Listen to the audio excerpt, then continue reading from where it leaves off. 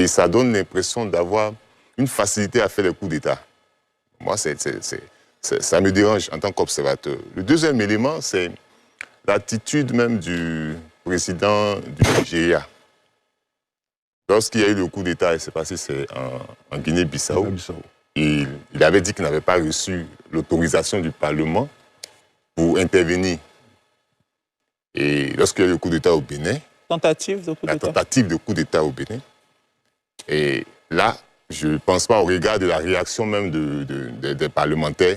Il n'a pas obtenu l'autorisation, mais il a donné l'ordre pour que des avions soient dépêchés pour intervenir. Donc, toutes ces situations-là fragilisent un peu le leadership même de cette institution qui, pour moi, elle est prestigieuse.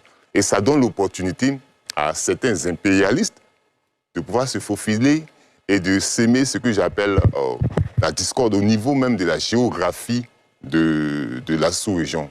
Et ça donne aussi l'opportunité à certains acteurs de mépriser nos chefs d'État. Je le dis pourquoi? Parce que tout dernièrement, on a entendu un des responsables qui, par rapport à la situation du Gabon, je parle de l'Afrique en général, de la situation au Congo et au Rwanda, qui avait fait le commentaire selon lequel il a résolu la crise qu'il y avait entre eux parce que ces derniers avaient supplié même de venir récupérer les minéraux et c'est ce qu'ils feront. Tout cela fragilise même le leadership de nos dirigeants. Moi, ça me dérange à partir du moment où la question même de la légitimité qui fait que ceux qui ne doivent pas faire les coups d'État sortent pour venir faire les coups d'État. On nous dit que les militaires ne sont pas habilités à faire les coups d'État, mais les militaires sont des hommes, sont des êtres humains.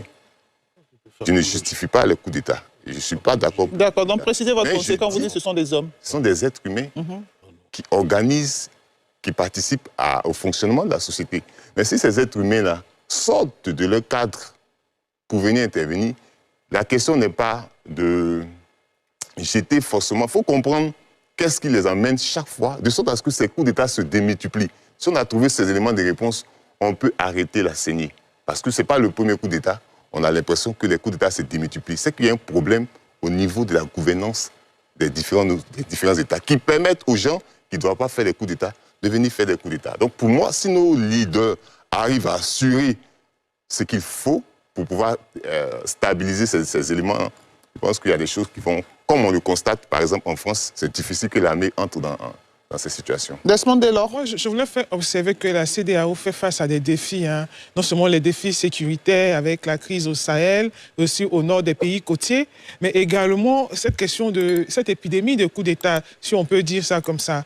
Et aussi la dislocation avec ces pays AES